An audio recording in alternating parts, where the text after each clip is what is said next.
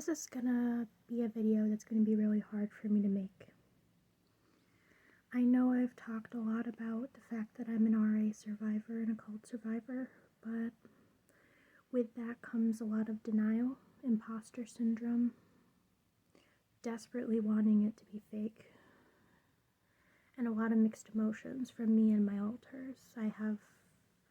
I've done the research for hours. It took me 2 months to be able to prepare myself to make this video. I think actually more, because I started it 6 months ago. But I feel like this story is important. I feel like me talking about this and spreading awareness is important, even though it scares me. Even though it's hard to talk about, even though it's terrifying to admit that it's real and it's happened to me. So please bear with me. But I'm going to talk about this, and if you are someone who's a survivor or are sensitive to topics like cults, RA, organized abuse, and programming, I'd strongly suggest clicking off this. These topics are tough to talk about and tough to listen to. And you are free to click off and not watch this video if it's something that's going to trigger you. I'm not going to go into specifics about programming because that is something that will trigger me. I'm not completely deprogrammed yet, and that can take years to do. So I'm not going to be going into specifics for my safety. So originally this was going to be an interview type thing, but instead, because plans changed, I'm just going to do the video by myself. So it's going to be formatted like a question and an answer. A bunch of friends and other people created questions for me that they thought that are common questions, and I did a lot of research because it's not just going to be from my perspective, it's going to be from actual perspectives of research. I will list the sources in the video afterwards because it's not just me spewing shit, it's weeks worth of research because I want to make sure it's accurate as it can be. So what is a cult? A cult is listed definition, a system of religious veneration and devotion directed towards a particular figure or object. Now what does that mean? Well, it means that usually in cults there is a center, a person, or an object, and the people who are inside the cult are devoted to them. Now it can appear in many ways, and I'll be talking about that. Types of cults. There's religious cults, which is fueled by the belief of a higher power. Usually they also involve a person that is seen as a higher power. That can also be included. Political cults, which are fueled by a belief in changing society. Occultist cults, which are generated through belief in the supernatural. And cults of personality. It reflects personality and interests of the leader. Popular examples of that to give a better idea. Now that isn't all of the types of cults. There are many different types of cults, but those are the most common that appear. Now popular examples is the Manson cult. It was led by Charles Manson. This was a political cult. It was a mix of political cult and you can technically list it as religious cults because some of the people did view him as a higher power. So it was kind of a mix, but it was mostly a political cult that was based off of race war. Now there's two theories with this. It was definitely a cult, but a lot of it was influenced by the lawyer, so there was debates of whether it was a political cult that was motivated by race war, or if it was a religious cult and there was drugs involved, because a lot of the killings and stuff that happened and the crimes that were committed in the cult had to do with drug deals that were performed because they did a lot of drugs in this cult. So the exact format of this is still unknown to this day.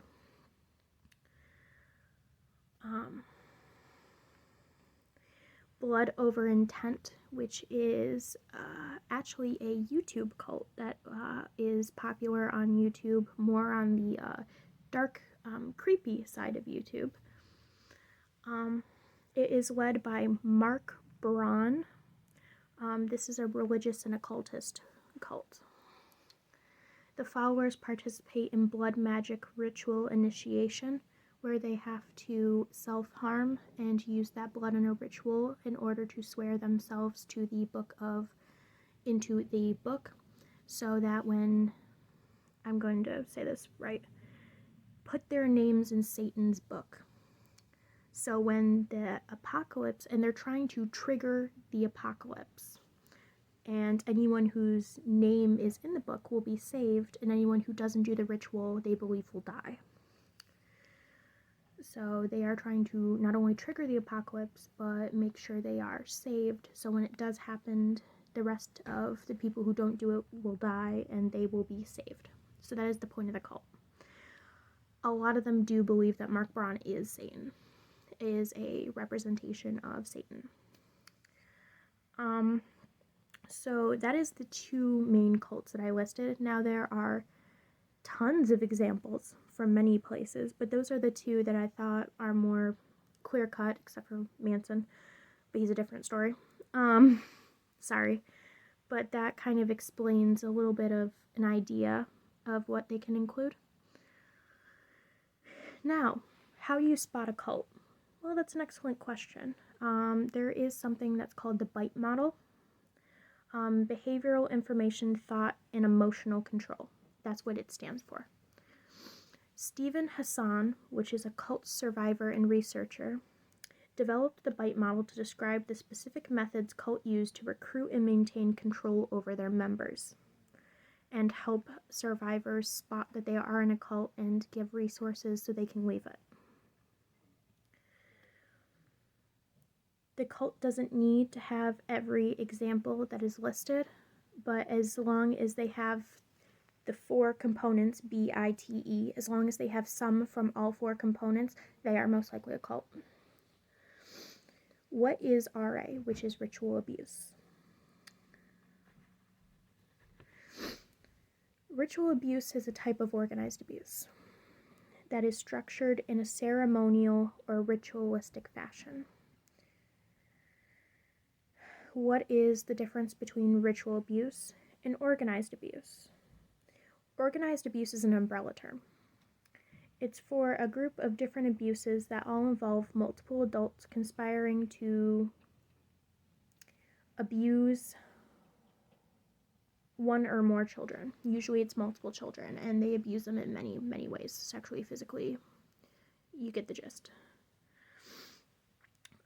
Since RA can involve the specific types of abuse, it falls under organized abuse, because since it's done ritualistically, it is technically classified as an organized abuse.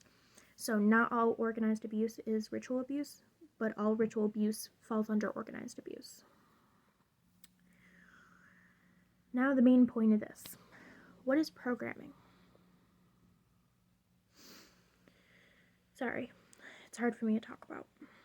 Programming is planting ideas, images, beliefs into the subconscious, or trigger a certain reaction through words, smells, hand signals, or other stimulus by forced dissociation. How do they force that dissociation? Torture.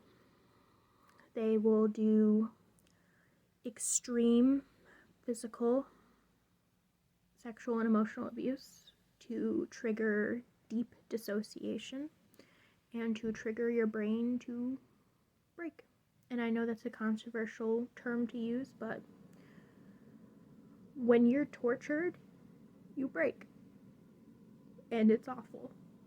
And it's just how it is, and that's how they get to you. That's how they implement your brain, and it's almost like a Stockholm syndrome in a way, because you just do what you need to survive. And they do this and then implement. Now there's different kinds of programming, but I don't want to talk about that because it's triggering for survivors, but they have different types of methods to do what they would like and to make a main goal. So if they want this reaction out of you, they will do this method of abuse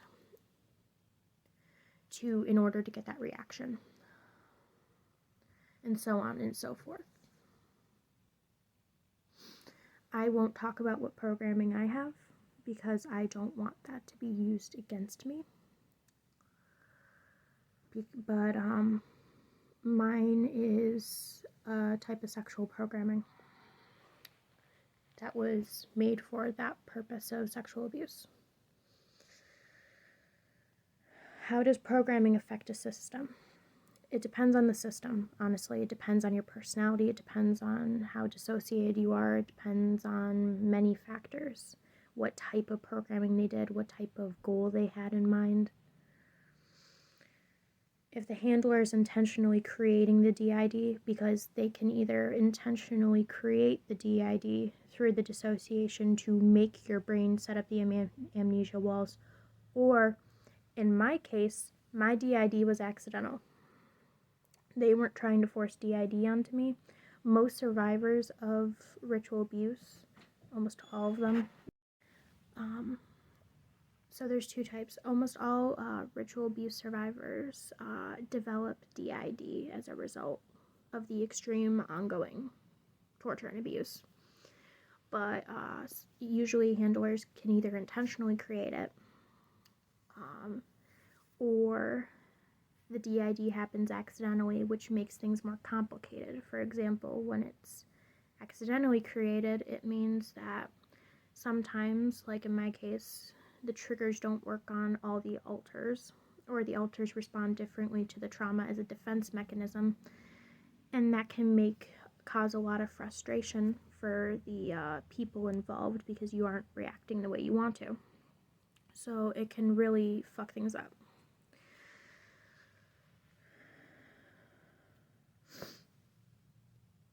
But when they're intentionally creating the DID, then they'll program alters for specific roles and they can even intentionally create an inner world and alters to keep the system under control.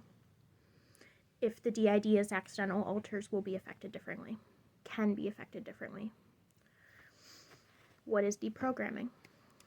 Deprogramming is to try to dissuade from strongly held convictions or learned behavior.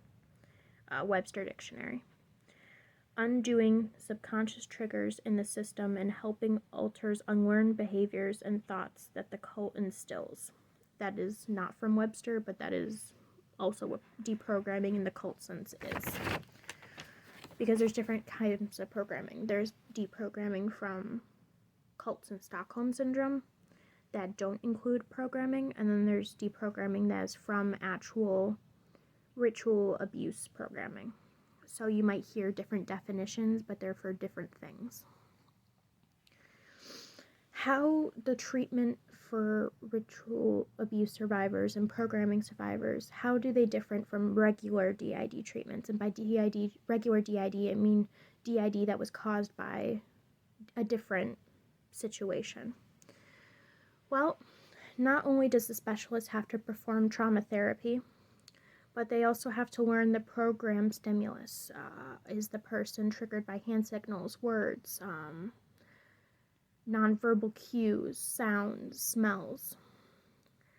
And they have to be careful not to trigger the patient and target potentially harmful behavior, since the alters are there to hold in the DID. Some of them are there some of the stimulus can, I'm trying to word this right. Cults will sometimes, with the ritual abuse, they will trigger alters, and they'll have alters, and they'll have stimulus that, like for example, if you say a word or a phrase, then the alter then it can trigger the person or the alter to be physically violent or to self-harm. So it's something a therapist has to recognize, know, and be very cautious not to do for the safety of the survivor and others. They have to work very hard to deprogram the patient, plus work around the fact programs usually have mechanisms in place to prevent discovery and exposure. The reason that cults will include alters that have suicidal tendencies or harmful homicidal tendencies is to prevent exposure and discovery, and to protect the cult so that no one will ever find out. So usually with programming survivors, the closer you get to discovering what really happened and the closer you get to deprogramming, the more alters will get triggered out, and alters can even know the phrases and trigger yourself out, and they will become more harmful, hostile, or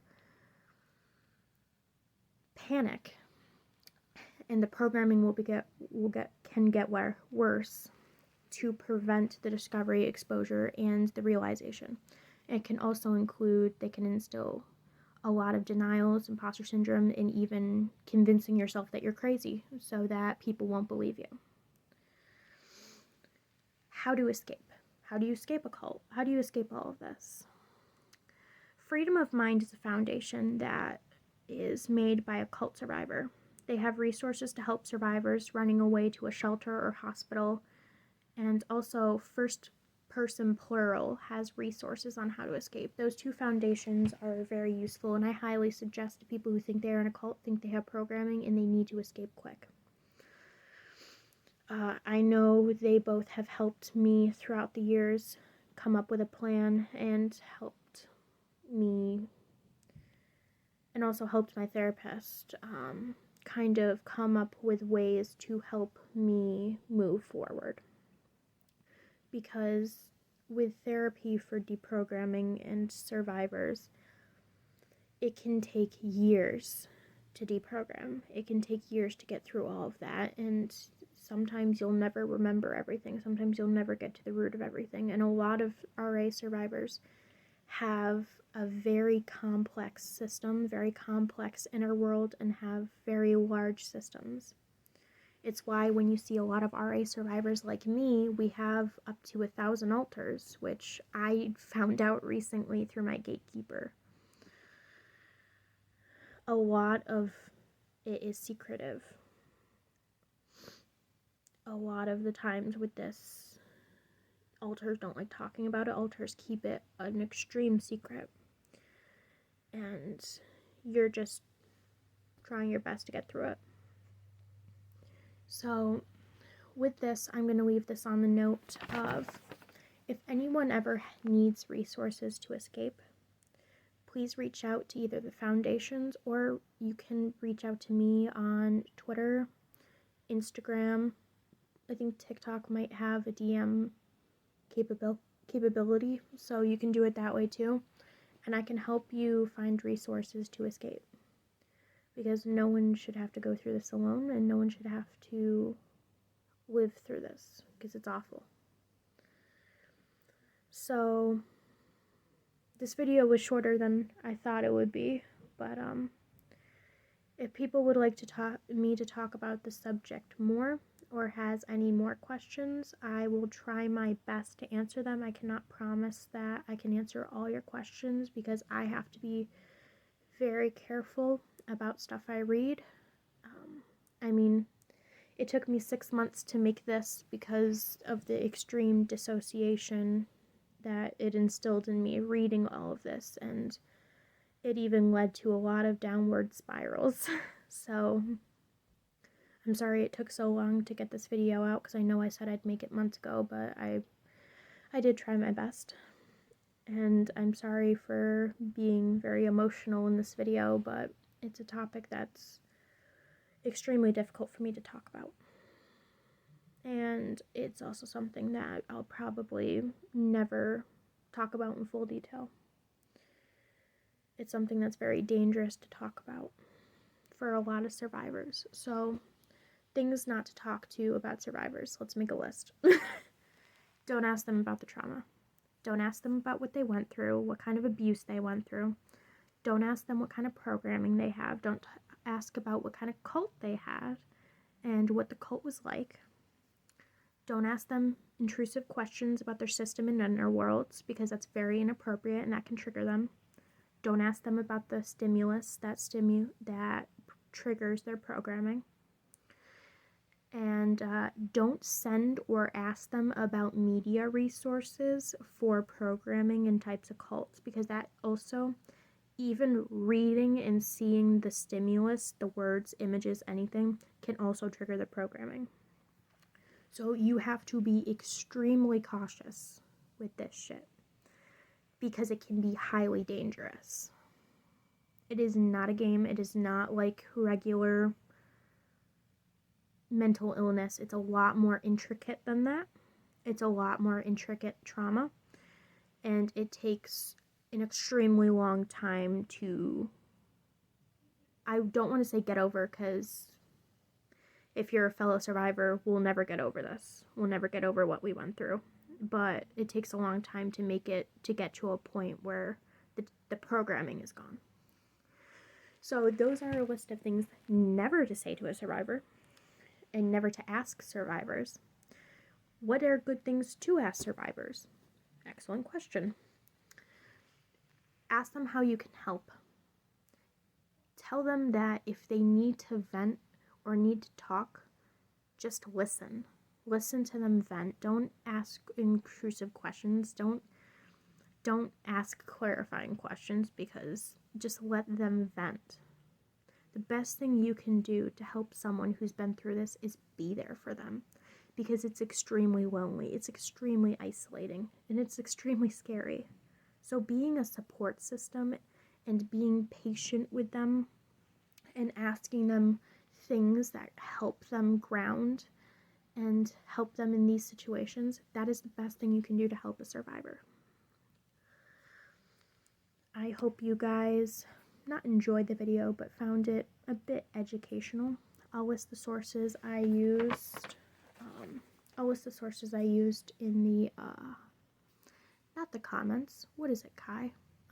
Description. That is what it is.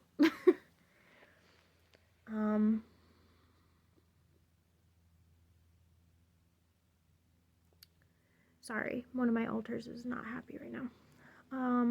So that is where I'm going to leave this video off. I know it was kind of not my best, most professional sounding video, but at this point, I stopped caring about professionalism. I'll list sources, but I want to be more real.